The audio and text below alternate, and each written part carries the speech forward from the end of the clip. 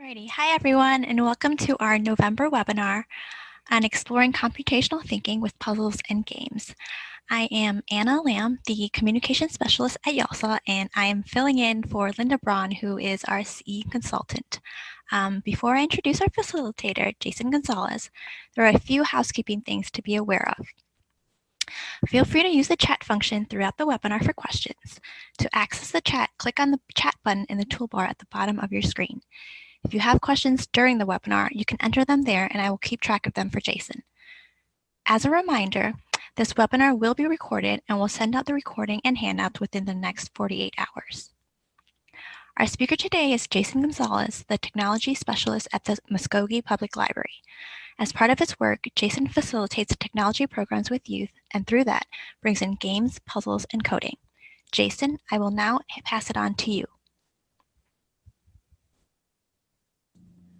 All right, thank you, Anna. All right, I'm assuming everyone can hear me. I'm unmuted. Everything sounds good, right?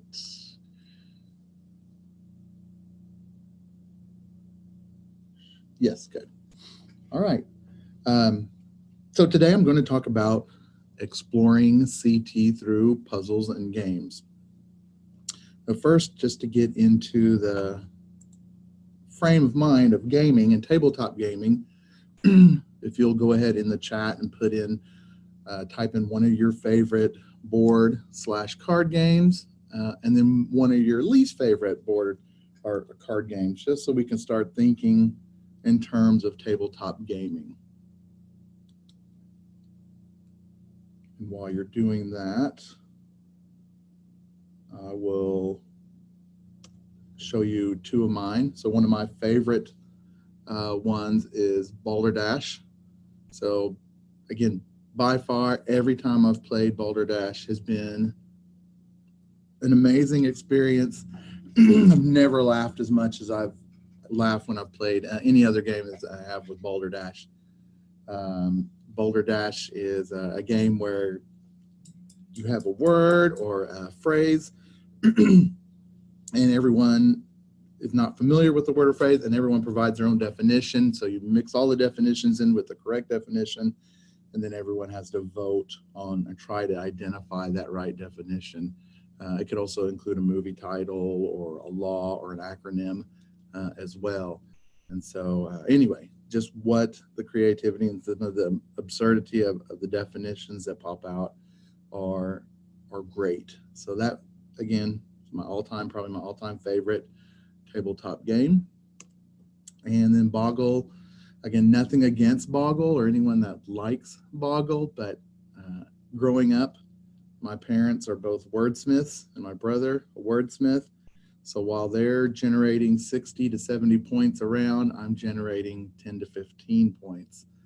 And so, yeah, just not, if I've played with other people outside, I have a much more positive experience, but Boggle is one of my parents' favorite games, and they are amazing at it. I, not so much. So even looking at this picture of Boggle, I'll try to make up words like SOTE, S-O-T-E, or WOTE, W-O, and again, my parents, nothing gets by them, and they're like, no, what are you doing? This is not words. And so I'm like, oh, all right.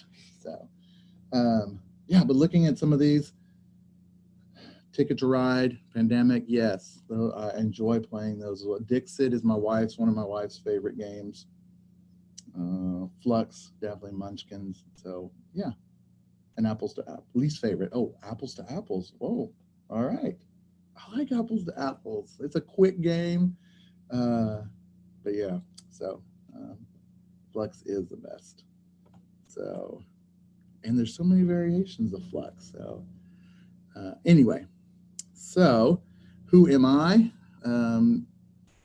I recently worked with ALA and Google on the Ready to Code project. I was one of the cohorts where we had to come up with resources for designing or how we can get libraries ready to code or ready to connect with teens and youth on coding projects or teaching them how to code.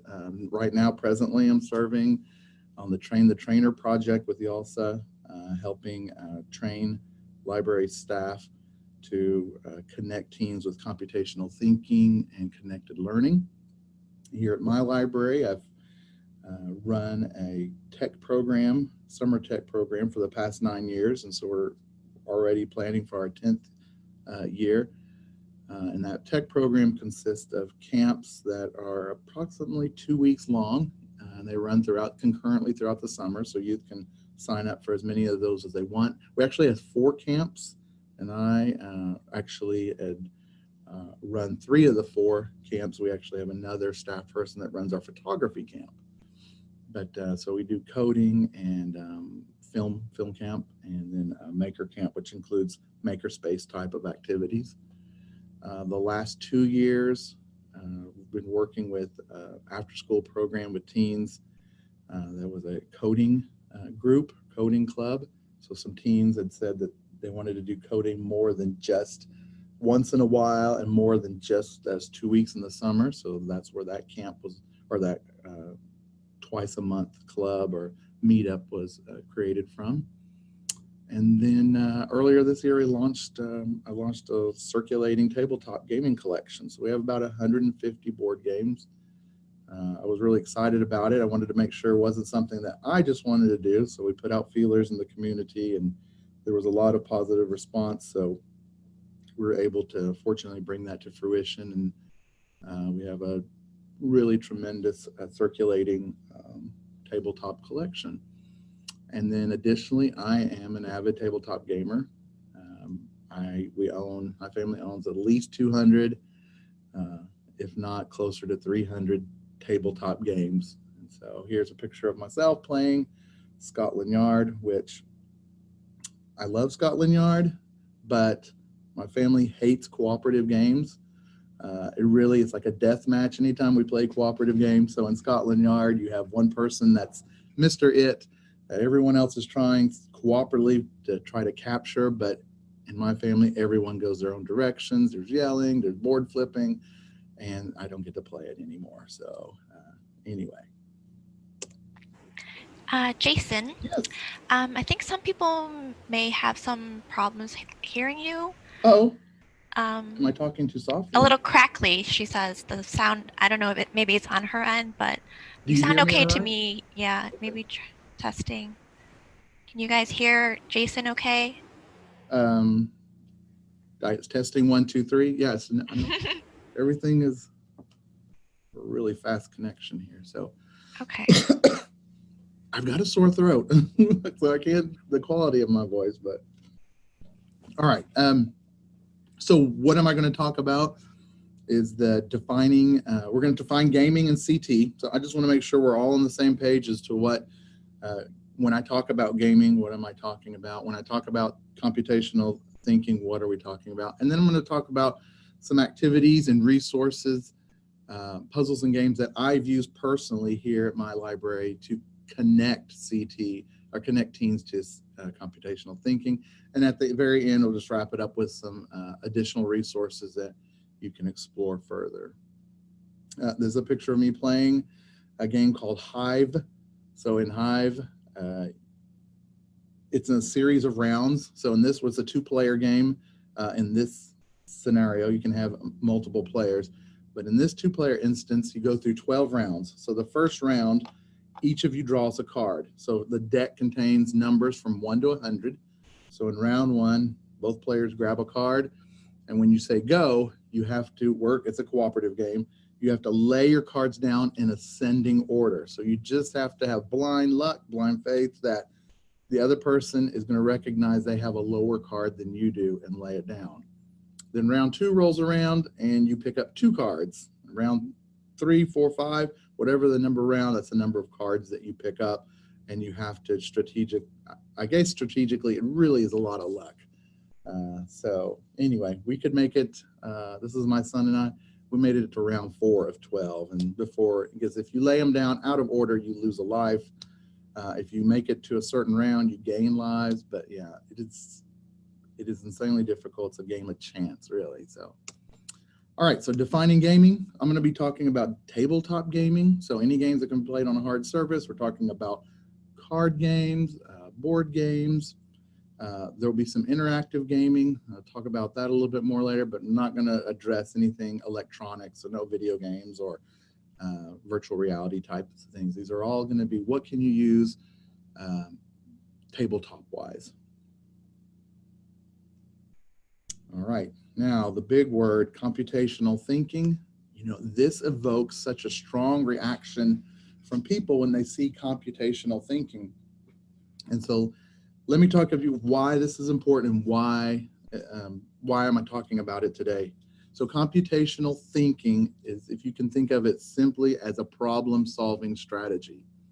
So with computational thinking, it's a skill set. So if we're staying in our game frame of mind, if you have a player that has different skill sets that or abilities that allow them to navigate within a game, you can think of computational thinking as being one of those skill sets. So computational thinking in this diagram is really made up of 4 different abilities.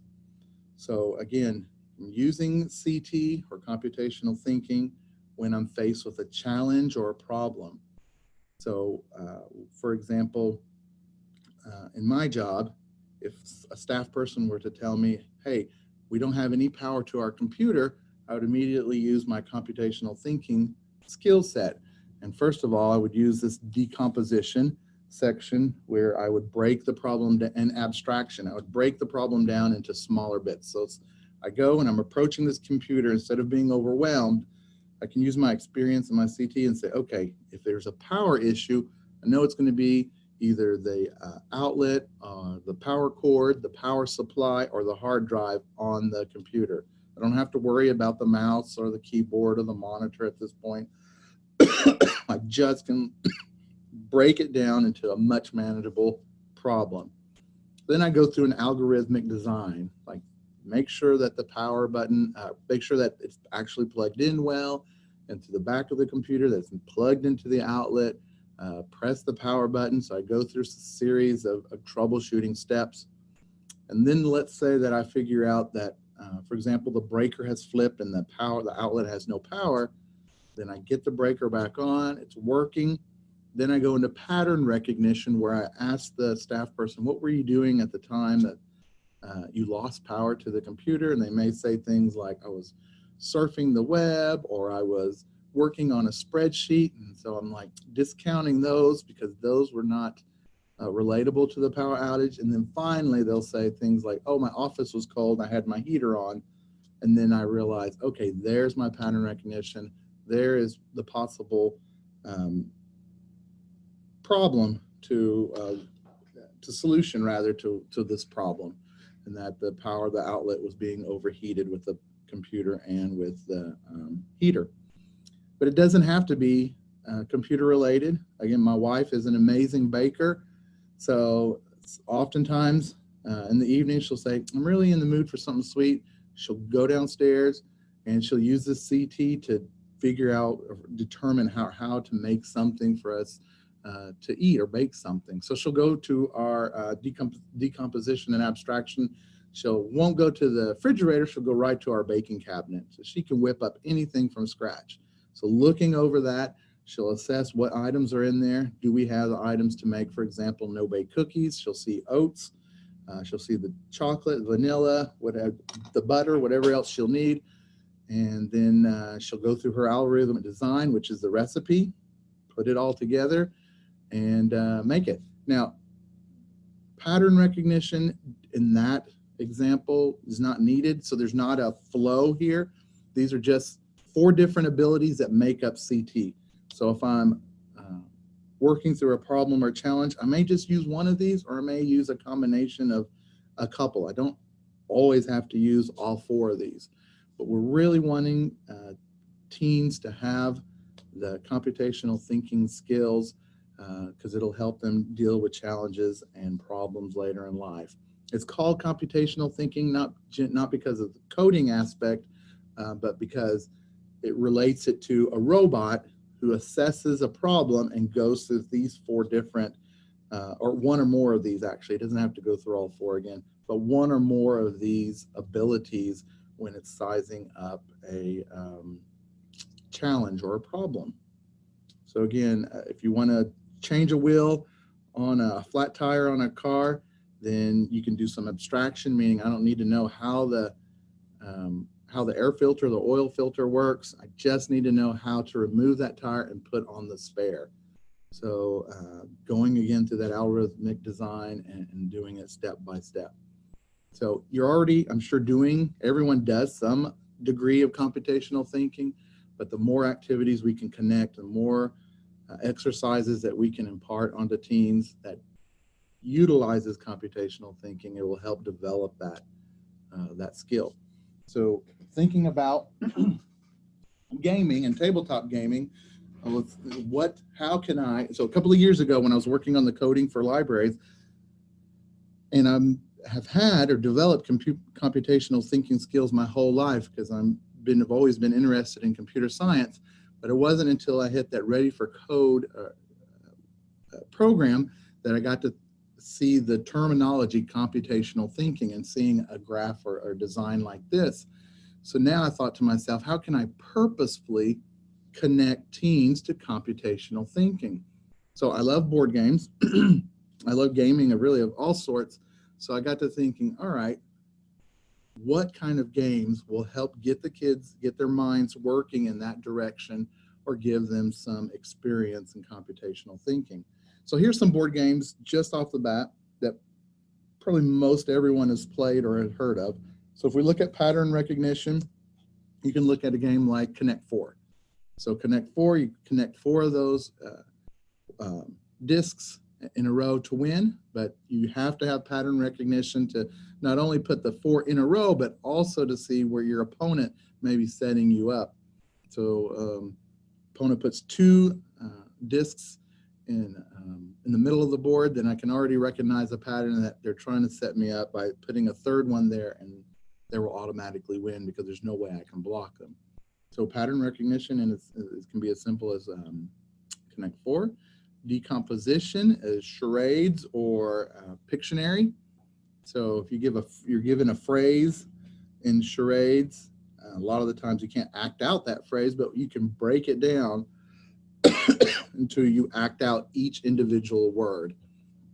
This is often done with movie titles, right? So there's decomposition going on. That's a great skill to have. Abstraction, I thought of the game Battleship. So an abstraction, to play Battleship, I don't need to know how warships move. I don't need to know how ocean currents affect the movement of ships. I don't need to know all of that. All I need to know is the grid system for play. So I know if I go to a certain coordinate, that coordinate is registered on my opponent's grid and whether I hit something or not. And conversely, you can also say there's also pattern recognition, because once I hit my ship, I don't know which ship I hit, but I know that there's going to be multiple hits there. So then I start pinging my grid coordinate all around. If I make one hit, I know there's going to be at least 2, if not, multiple places that I can hit around there. So there's also some pattern recognition there. And then finally, every game has algorithmic design because you have rules, right? So every game has some kind of a rule that you can follow, algorithmic design. But again, when I was thinking algorithmic design, the game that popped into my head was Mousetrap. So you're actually having to build a mousetrap scenario as the game goes along. So there's some design. And then finally, a game that maybe encompasses all of these abilities of CT is going to be chess, right? So there's pattern recognition. I can see which, based on my opponent's moves, I can recognize the pattern, like, hey, they're opening in this particular move or in this particular style. Decomposition, instead of considering the whole game as a whole, I can consider it as a series of opening moves, as closing moves, things like that. Abstract, I don't need to know exactly how a knight moves or how a castle is supposed to move in real life, but I will have to know algorithmic design, how those chess pieces operate. So, I mean, again, chess probably can encompass everything from CT.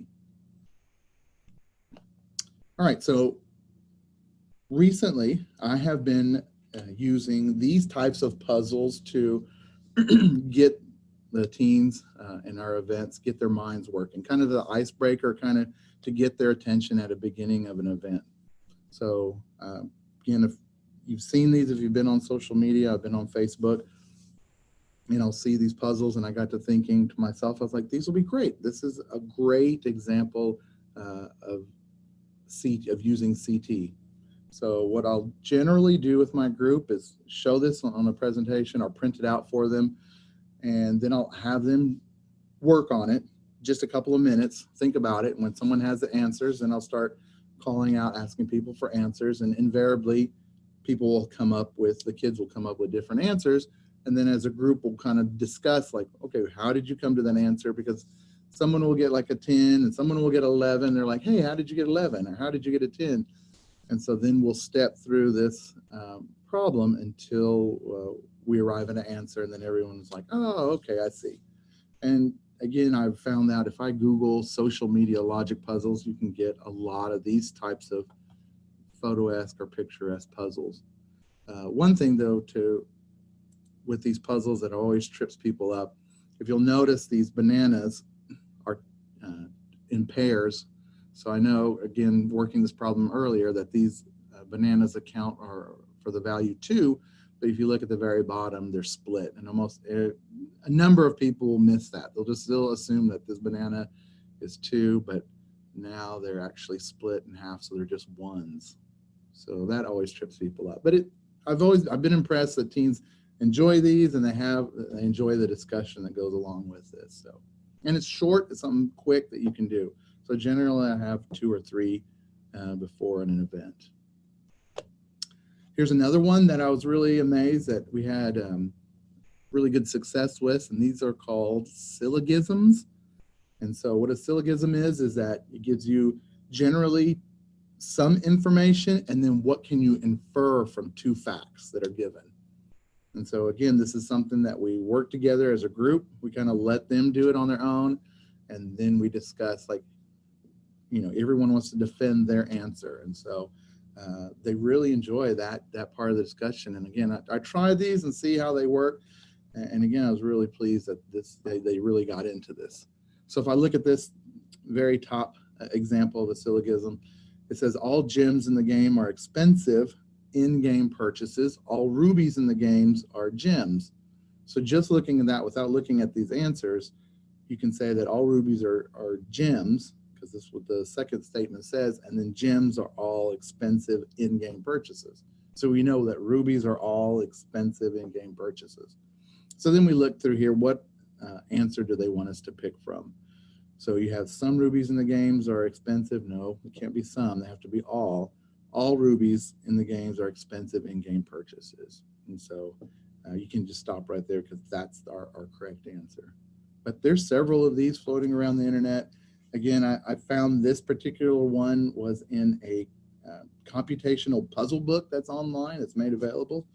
And I did that search through computational thinking logic puzzle. And it had other puzzles as well, some Sudoku-like puzzles, some code breaking puzzles. But these syllogisms were, the kids really enjoyed them. So again, especially we do them together as a discussion based. Then logic puzzles. This is something that, again, I wasn't sure that teens would really like, because they can get a little bit in depth. They're a little, they can be a little bit challenging, but again, they loved them. A lot of times when I introduced this for the first time, we worked on it together at the beginning of the event, and they wanted to do it the whole time. And I was like, no, we got other things we have to do, but they really got into this. And this is also, this site, the Logic Puzzle Baron, has a sister site where you can print these off, so you can just lay them around. Like, I'll print them off and put them in our makerspace. So they can be a passive activity as well. Kids can pick them up and fill them out. But the way that these logic puzzles work is that, and they always have a story. So this particular one, which I know it's a little difficult to see, I blew it up.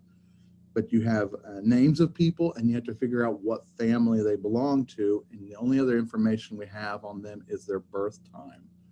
So you're usually given some clues. So here's the clues. Like number 1, Jesse was born at 12:07 a.m. So I go to Jesse, come down to 12:07 a.m. and mark a green dot. So I know for these logic-based puzzles, no one else is born at 12:07. So I can mark all those up. So I already know Jesse is at 12:07. Then the next one says Iris was born sometime after Elaine. So I go to Iris. I know she cannot possibly be born at 12:01 because because she's born after Elaine. If Iris was born at 12:01, Elaine there's not another choice previous or earlier than 12:01.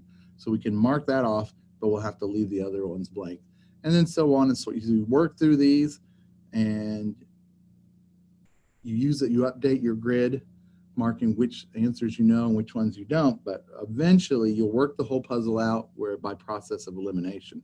So even though I've gone through all 5 here, I'll have to go through the steps again, because now that I've gone through the 5, now some things have started to flesh out. So for example, clue 5 says Jesse was the Blanchards. So I can mark Jesse down as a Blanchard now, but now number 3 says the Blanchard's child, which we now know is Jesse, was born 3 minutes after Gretchen. So I know Jesse was born at 12:07. So I just 12:04 I know is going to be Gretchen now. So it's just a matter of working it out. And again, the kids loved them. You print these out and put them out and lay them around. Here's the only code one. I hesitated, but I did use it, so I wanted to make sure, because again, I want to stress that computational thinking doesn't have to deal with coding. It fits perfectly with coding, but it doesn't have to be with coding. It fits perfectly with other things as well. But this company called ThinkFun puts out great games and puzzles that are geared to getting kids in the frame of mind of coding. So this particular one runs about $12, is their code series, and it's called On the Brink, and they make, I think, 3 different in this code series. But anyway, it's a 1-player game, but you can modify that to have small groups. But it comes with this spiral book. You have a little robot that's on the start, and you want him to get all the way to the finish line. So you're given this board, and you're given cards. So I know it's, again, hard to see, but on this book, it says you can only use 3 move cards. So I've used the cards already here, 1, 2, and 3. So I'm on the blue square. So I put a move card on both blue squares. So what it tells the robot to do is it's on a blue square, so it moves 1. It's still working through the blue, so it moves an additional 1. It lands on red. So now it goes to red, which says move forward 1. This X means just ignore. I don't have another move card. So it landed on red, so it just repeats that cycle of moving forward and moving forward. And this one's a pretty easy puzzle, but there's a number of puzzles and they get more complicated. There's turns. And again, if I hadn't put this second move here on the blue, it would have stopped on white. And you see I don't have a command that I can put on white, so my puzzle would have failed. So again, this is kind of a logic puzzle. Again, you can just leave it out and kids can work through those different puzzles. Jason, there's a question. Carmen asks, so value of these increased when you talk over the process and reasoning for answers, etc. Would the robot Edison work for this as well? We'll do what now? I'm sorry. Let's see. I'm not sure actually if she's talking about a previous slide. The value of these increase when you talk over the process and reasoning for answers. Carmen, can you clarify which game you're talking about?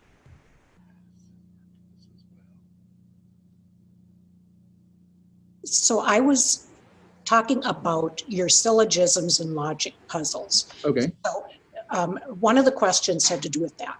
So would you say then that the value of these increase when you are in a group and you talk over the process and the reasoning for your answers? You know, one thing that I don't do, let me answer it this way. What I don't do, I never tell the kids that I'm teaching them computational or we're doing this because it's computational thinking. I think the value of talking about it out loud is number one, is that teens are social. They're coming to the event social, interaction is what drives our teen events. So they like to talk, they like to interact with one another, and I'm trying as hard as I can to get away from an academic setting, because they get that in school. They don't want to come to our library and then sit down and feel like they're in a school setting. So it's an informal discussion, but yeah, I would say the value definitely increases because you're learning from one another, you're building communication skills, and I try to stay out of it as much as possible. I'll ask targeted questions maybe, but yeah, I really like for the kids to be connected to the learning and them to learn from one another. So yeah. And the other question that I had to do with Code on the Brink. Okay. So are you familiar with the robot Edison? I am not, no. Okay. Okay. I was wondering if Edison would work in the same way, but Yeah. okay. Yeah. Thanks. Yeah, Think Fun has a lot of tools and lots of different services that are great. So, all right, here is another game that I've used called 1,000 Blank White Cards. That's what it's formally known as. We use this in our maker camp. And again, this is a game that just requires you to purchase index cards. So if I go to our local dollar store, I can get 100 cards for $1. Put out some pencils, put out, if you want to add, colored pencils, crayons, markers, what have you.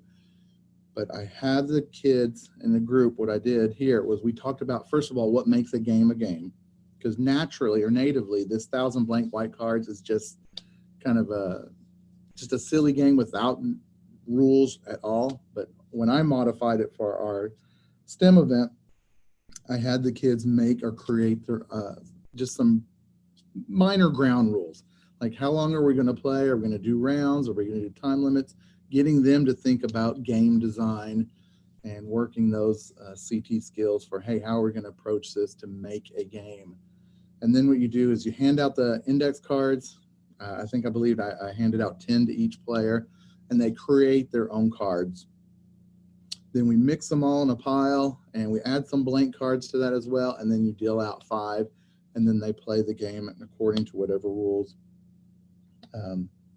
they've made. So this is a lot like Flux in some ways, and when we had talked earlier about Flux. But here's some examples of some cards. For example, this one that says Knock Knock Joke, 300 points. It doesn't really have to, you don't even have to do anything. It'd just be some artwork, and maybe they're subtracting 300 actually from here instead of adding. This other one up here, though, is more active, and it's the 1,000 card pickups. So grab all the cards, toss them in the air. Any ones that land face down, discard them. So they literally, depending on the rules of the game that you've set at the beginning or had them set, they create those rules going forth. I like the hand grenade one, which is throw this card at a player. If it hits them, then they lose 500 points, and then everyone around them, on either side of them, lose 100 points. So again, it can just be something, a picture of a sun, and say, add 1,000 points, have a sunny day. It can be whatever they want, but the creativity there and the thinking of and a game frame of mind is great. It was a fun activity. I really enjoyed it. And this, when we did it with about 20 youth, and the game the whole process lasted about an hour. So. And then Salad Bowl game, I'm sure lots of people are familiar with this. But again, going back to that slide where we talked about charades being a part of computational thinking, the Salad Bowl game is super simple, free. You just have some sheets of paper or strips of paper. Generally what I do is give 3 strips of paper to each player. They write down some kind of noun and put it in the bowl. Then you break them up into 2 teams. The first team gets a minute. They'll grab a slip of paper. For example, this says batfish. But round 1 is verbal clues. So I can say whatever I want but the key word. So in the batfish, I might say a historic World War II submarine. And everyone's like, I don't know what you're talking about. I don't know submarines. So then you have to break it down, right? Decompose it into smaller parts and say a flying rodent at night mixed with a small animal that swims in the ocean. And then they might say, batfish. Then you go to the next one. You keep going until all the clues have been used, alternating between the 2 teams.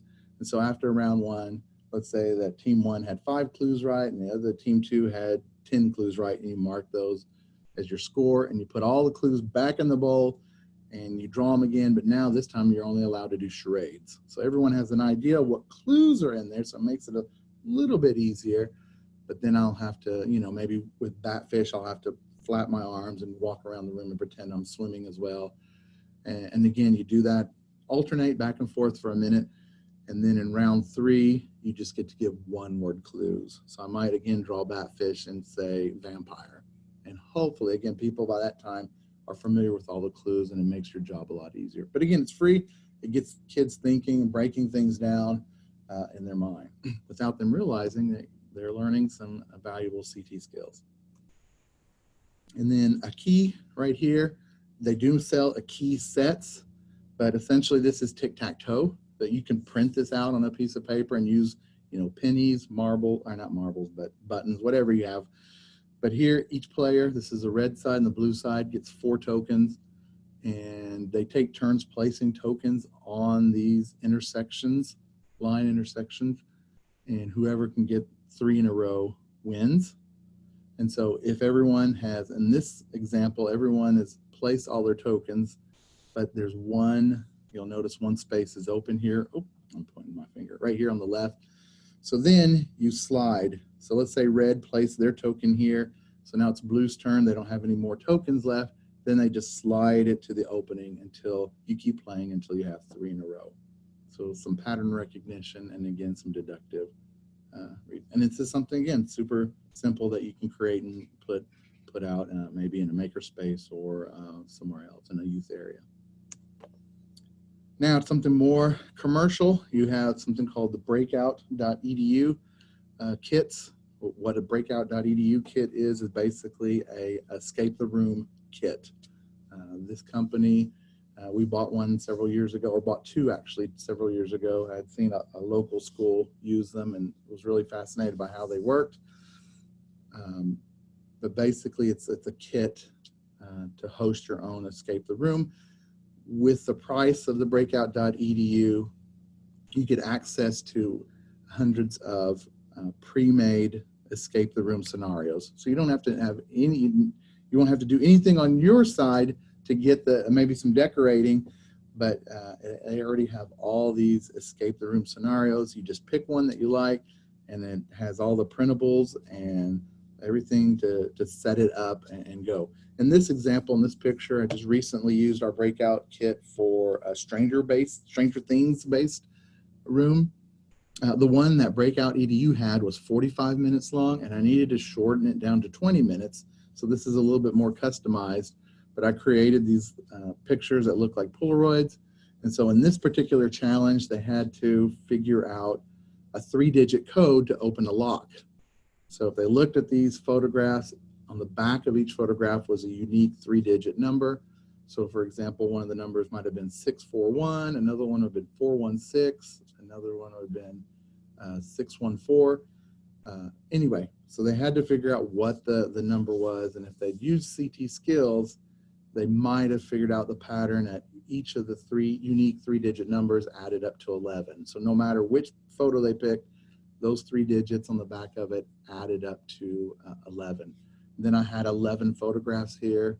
So again, breaking it down, doing some abstraction where the pictures didn't mean anything. They were a red herring. They could ignore those. And actually I was pleased. There was a lot of success with this. But there was some that just were overwhelmed. They're like, I have 0 clue what to do with these photos. How am I ever going to get a number to unlock that? Other than they were looking for a 3-digit number, so they tried the 3 digits on all 11 cards on the lock, which didn't work. So here's what that kit looks like. So when I checked the price earlier this week, they were $150 per kit. But again, that comes with everything you see here. So in this picture, you can kind of see the box, the breakout kit. It's a little lock box, but it comes with 1, 2, 3, 4, 5 locks. The locks are alphanumeric, numerical, symbol-based locks. Then it comes with a black light and then a pin, so you can also write some codes and have them find the black light and discover the codes and things like that. And so there's some extra pieces to the locks here, so you can create different types of word locks if you want. Where I also use this successfully with teens in our maker camp. Again, we had 2 boxes that we bought. So I broke the teens up into 2 different groups, and one group, we'll call it group 1, created their own escape the room experience, and team 2 created their own, and then after an hour they switched and played each other's escape the room. So it was great. I gave, even within the groups, we broke them up, 2 people to a lock. And so they had to come up with their puzzle. They had to come up with an overarching theme and then puzzle for each of the locks to unlock. So it was great. It was great to see them again do that and work through that. Mastermind's an old game. I went ahead and threw it in here anyway. It's roughly about $10. It's generally a 2-player game, but again, you can modify it to be small groups. But in this, player A comes up with a code, and their code here I can tell is red, white, green, black. No one else, the other players can't see that. There's generally a hood over that. But they have 10 rounds to try to figure out that color combination in that order. So in this first guess of theirs, they guessed red, blue, because they're just guessing out of the clear blue. They have no idea. And this person will say, okay, I'll put a red peg down because you got the red marble correct, the color right, and you also got it in the right position. So I'll put a red peg. So this person knows just from this move alone that one of these colors is correct and in the right position. The white pegs tell them that one of these marbles is the right color, but not in the right position. So I can tell in the second move that the green was correct, but it's not in this spot. So again, a logic-based puzzle. Code names, anywhere from $12 to $20 generally. They make lots of different versions of code names. So these are probably the ones that are probably popular with teens, which would be a Harry Potter themed one or a Marvel themed one. And the setup here is that you lay some cards. You have 2 teams. Each team has their own clue giver. So 2 clue givers from a team A and team B will sit on one side of this, and the rest of the teams will sit on the other side of the board. And generally team A will have 7 of these cards will belong to team A, 7 of these cards will belong to team B, but the teams themselves won't know which 7. Only the clue givers know which 7 belong to which team. So then my challenge as a clue giver is to get my team to pick the correct 7 cards by giving them a clue.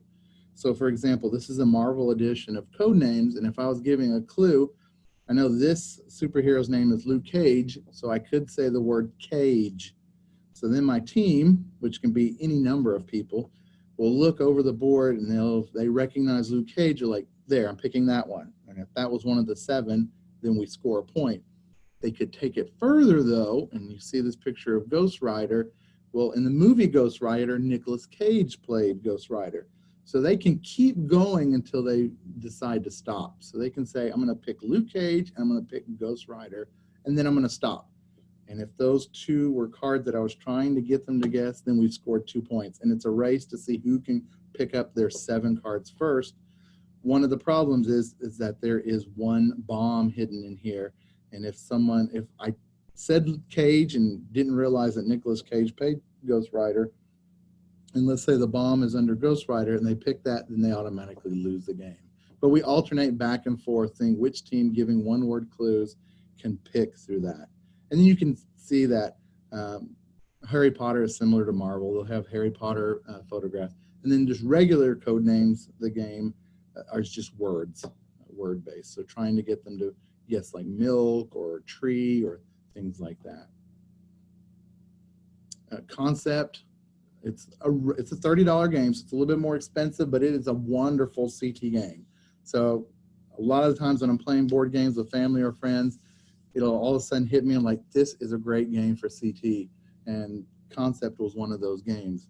In Concept, you have this board that has all these little icons filled with maybe 100 icons, and they all represent some kind of concept.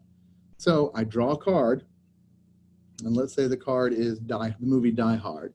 So then my challenge is to get my team to guess what word I drew by putting tokens on the different symbols, right? So for Die Hard, I might put a symbol here on this little movie camera.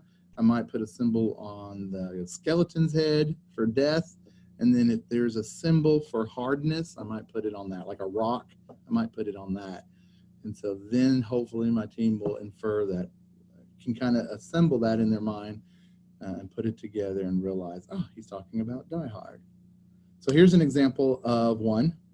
So again, these are concepts, symbols on the board. This question mark means this is one clue. And this red is a secondary clue, unrelated. It's a completely different clue. It's not specifically tied to this. It's one word, but it's trying to get you to guess two different things about the same word. So I don't know if anyone can guess here in the next couple of moments what this might be. And so we played this. Again, we don't play the full game. When I did it, we just played a couple of rounds just to, again, everyone got a chance to do it and practice giving clues and putting this, and the kids enjoyed it.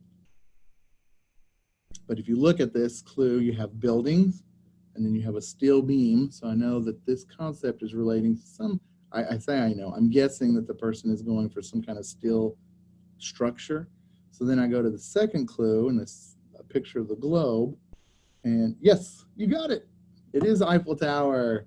So here's what the card looks like. So it was somewhere in the world, and then blue, this person went with blue, white, and red, which are the French flag colors. So yeah, so here's what the clue looks like. So the blues are easy, the reds are moderate, and the blacks are difficult. But yeah, so this person picked a card and chose to go with the Eiffel Tower as the clue that they were giving. So, woo, yes. All right, so they do get a little bit more difficult. So here's another one. It's a little bit more challenging. So again, imagine this is a game board, and these concepts are all sprinkled all over the board, but they put these green token and then these 3 or 4 square tokens on that. So this is, again, trying to figure it out. There is a table that shows kind of what the concepts mean. So I know that would be infinitely maybe more helpful, but you can still kind of get an idea just looking at this. So yes, you guys are concept experts. It is a bee. So we have the animal, the wildlife. We have something that regulates small, flies, and it's yellow and black. So yeah, this clue giver was amazing. So yep, good job, Heather. All right, this, super complicated. I think this is the last one. So they can get pretty complex. And again, remember, these are different clues. So this stands aside. This is another fact. This is another fact. And this is another fact. So all the same item that we're trying to guess, but there's 4 different facts. So I will be super impressed.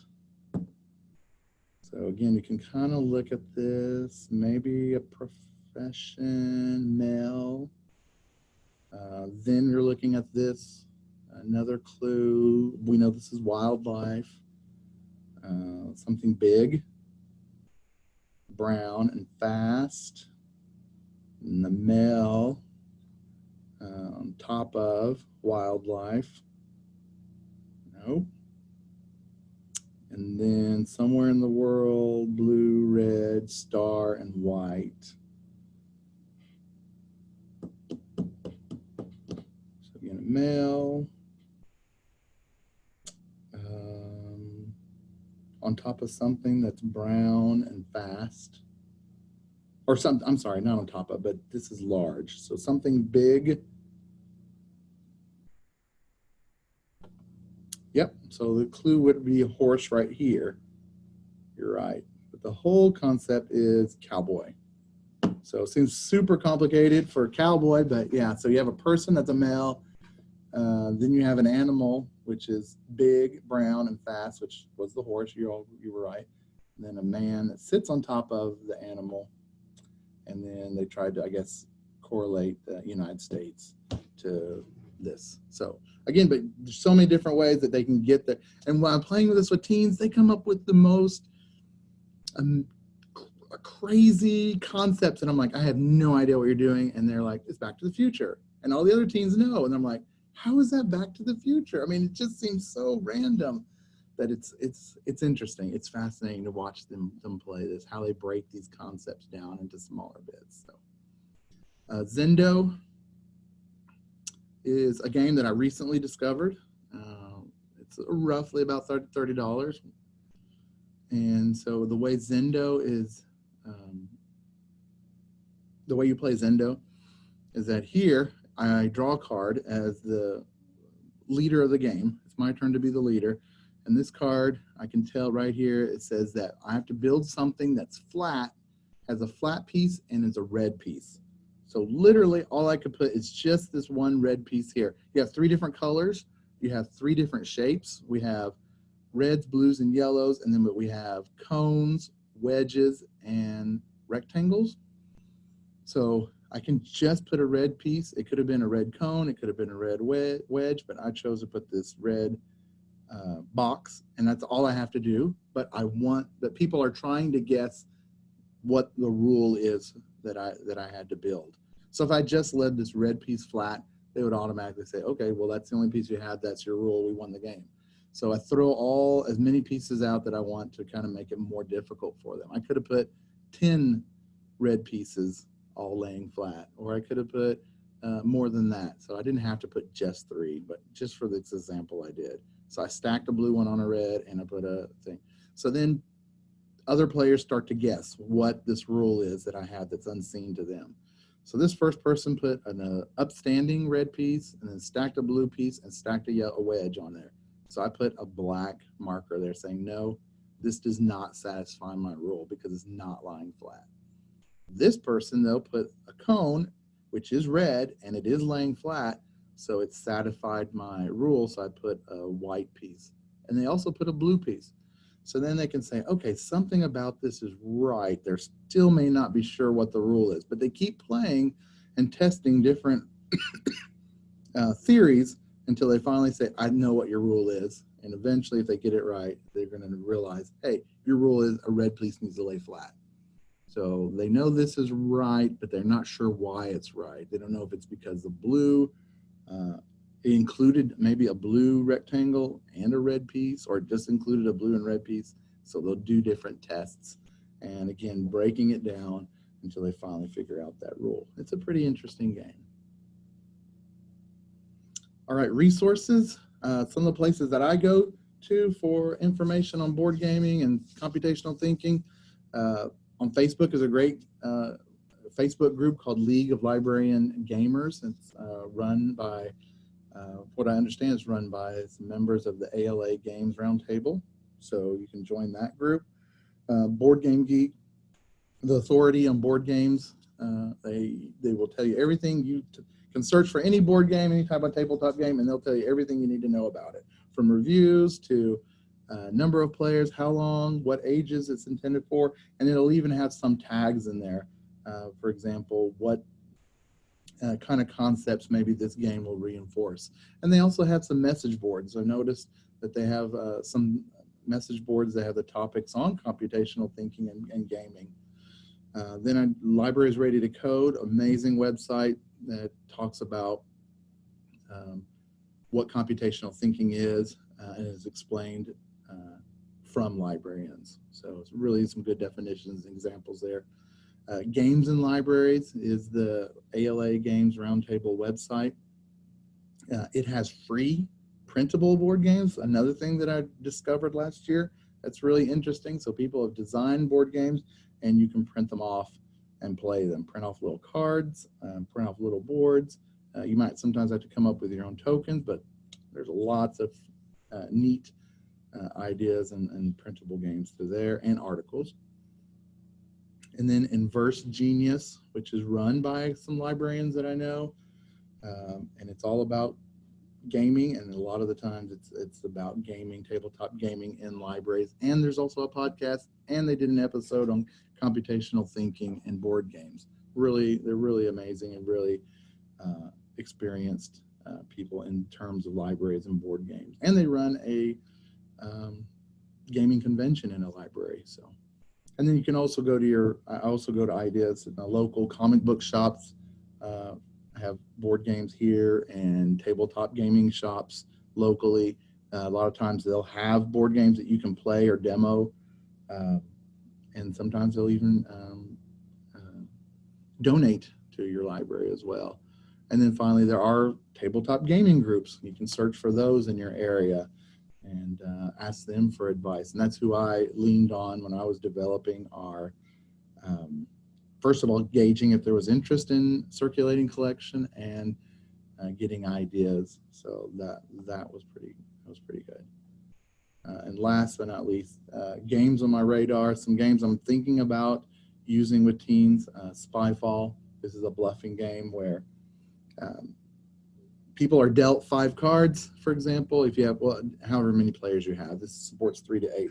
So let's say there's 5 players.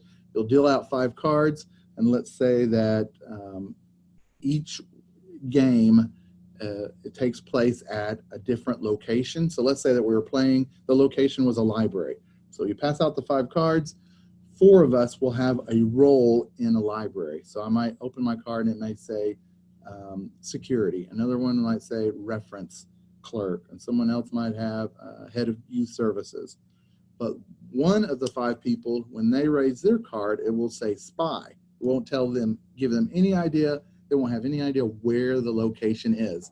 So then the game starts because the spy has to guess where everyone else is. Everyone else has to guess whom among them is the spy. So you do that by starting conversation. So for example, if I'm the cataloger, I might say, I'll ask the person, I can choose whomever I want in my group and say, okay, what are you doing at this location? And if they're saying, oh, I'm just walking around, it's a pretty vague. But we have to give each other clues so that we know, I have to know that the person that I asked knows where we are. So they have to give me some kind of clue, but not give it away to the spy where we are. And it's a really fun game, and I'm thinking about incorporating it and rolling it out with our teens. Another one is Set, a really inexpensive card game. And you deal cards down in a grid like this, and people have to put these in sets of 3, where everything about them has to be the same or everything about them has to be different. So how would I do this? So here is a set. You have 1 oval, 2 ovals, 3 ovals. So all 3 of them are the same in that they're all ovals, but they're also all different because there's a different number of them. So someone can say, hey, on my turn, this is a set that I'm going to collect. And then you replace cards from the deck. And then the next person has to figure out, okay, where is there another set somewhere on here? So it's matching and looking for patterns definitely, and doing some logic reasoning.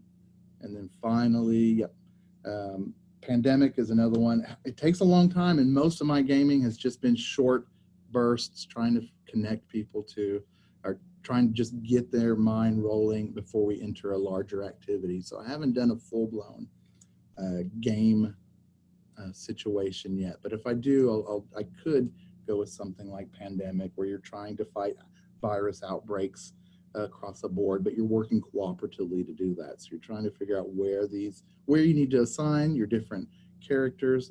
They have different abilities, and where some of those outbreaks might transfer.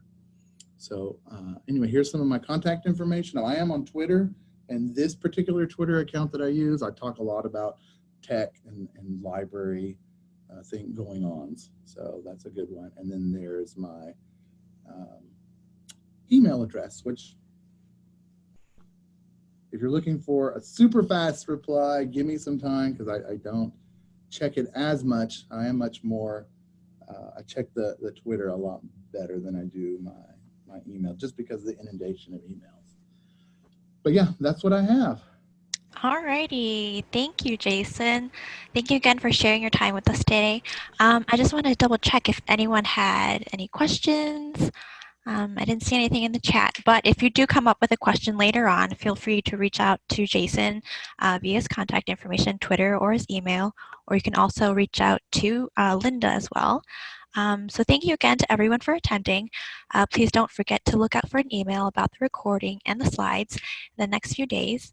And as a reminder, our next webinar will take place on December 12th, 2 p.m. Eastern, and will be about learning circles for staff, teens, and for the community. So if that's a topic that interests you, please be sure to join us and register.